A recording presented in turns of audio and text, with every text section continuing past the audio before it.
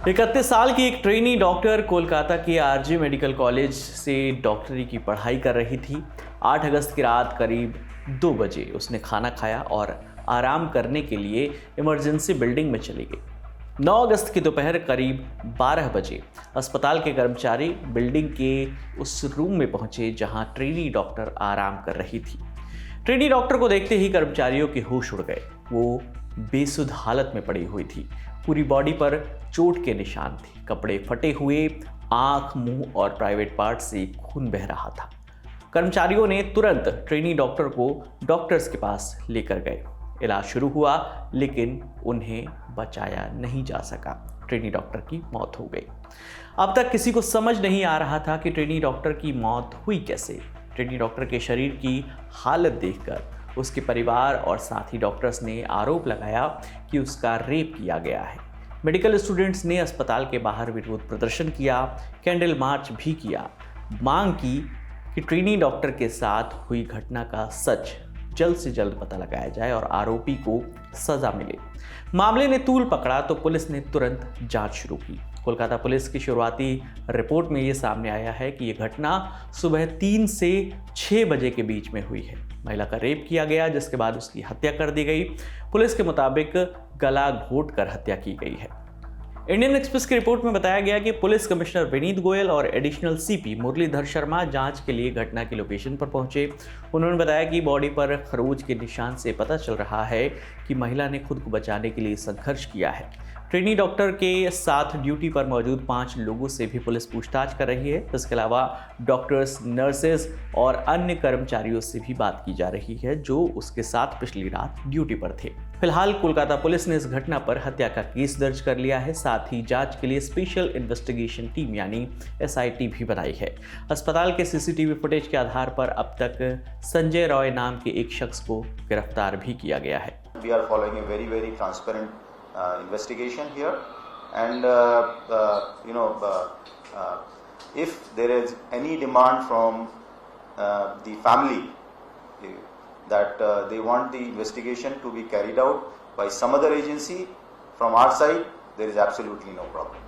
Trainee doctor के पिता का कहना है कि 8 अगस्त की रात ही उन्होंने अपनी बेटी से बात की थी। उस वक्त वो खुश लग रही थी।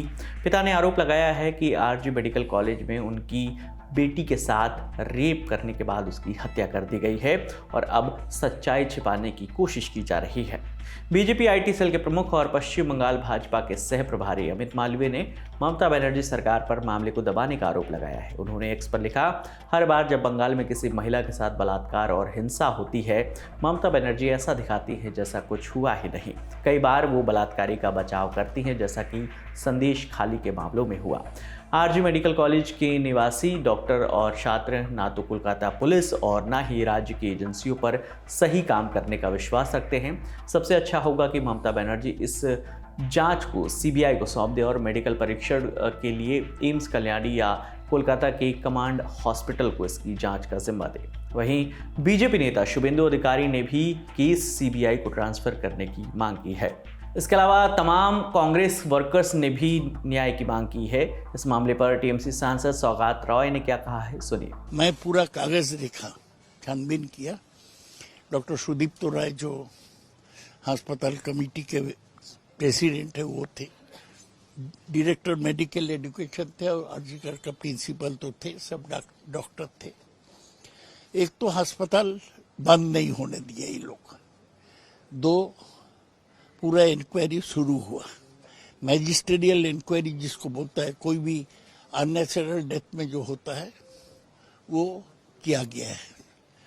इसके बाद हमें आशा है कि जल्दी जो अपराधी है उसको पकड़ा जाएगा। ये बहुत ही शर्मनाक घटना है।